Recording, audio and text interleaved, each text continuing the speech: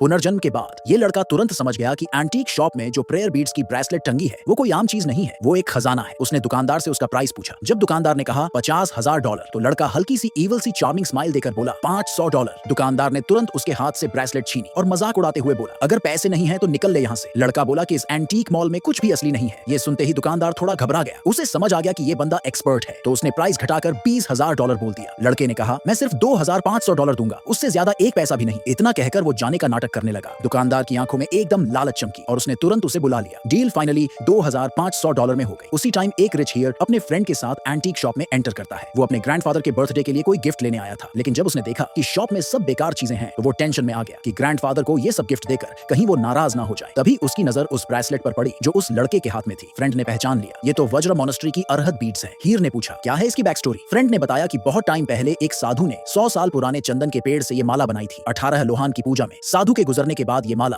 चोरों ने चुरा ली थी और तब से इसका कोई पता नहीं था। अब जाकर ये यहाँ दिखी है। हीर ने सोचा ये बीड्स ग्रैंडफादर के लिए एकदम परफेक्ट लॉन्ग लाइफ गिफ्ट होंगी। उसने लड़के से पूछा कि क्या वो इसे रीसेल करेगा। लड़के ने जैसे ही उसका नाम सुना उसे अपनी पिछली जिंदगी याद आ गई। इस हीर को एक एक्ट्रेस ने फंसा दिया था, फिर उसके पापा ने उसे घर से निकाल दिया था और बाद में बुरी तरह धोखा मिला था। अब हीर ने $3 लाख ऑफर किया बीड्स के लिए। लड़का सोचने लगा कि इस अमीर बंदे से जुड़ना फायदेमंद रहेगा, तो उसने तुरंत हाँ बोल दिया। हीर ने उसे अपनी कंपनी चलने को कहा पैसे लेने के लिए। फिर उसका असिस्टेंट कैश में $3 लाख ले आया। लड़के ने उस अमीर हीर से पूछा क्या तुम्हारी कंपनी में अक्सर ऐसे टेम्पटेशन आते हैं जिनके पीछे ट्रैप्स छिपे होते हैं। हीर को कुछ समझ नहीं आया कि इसका मतलब क्या है। लड़का बोला तुम्हारे तायांग एक्यू पॉइंट पर डार्कनेस है, मुझे डर है कि तुम किसी पीच ब्लॉसम डिजास्टर में फंसने वाले हो। हीर ने सोचा ये सब बकवास है और कुछ ज्यादा ही फिल्मी बात लग रही है। लड़के ने और कुछ नहीं कहा, बस पैसे लिए और चला गया। उसी रात हीर एक खूबसूरत एक्ट्रेस के साथ डेट पर था। अचानक उसे दोपहर वाली उस लड़के की बात याद आई। जब एक्ट्रेस शॉवर ले रही थी हीर ने होटल रूम को चेक करना शुरू किया और सच में एक कोने में हिडन कैमरा मिल गया। अगर लड़के ने उसे वार्न नहीं किया होता तो शायद आज ही वो फंस जाता और उसके पापा उसे घर से बाहर निकाल देते। उस लड़के का शुक्रिया अदा करने के लिए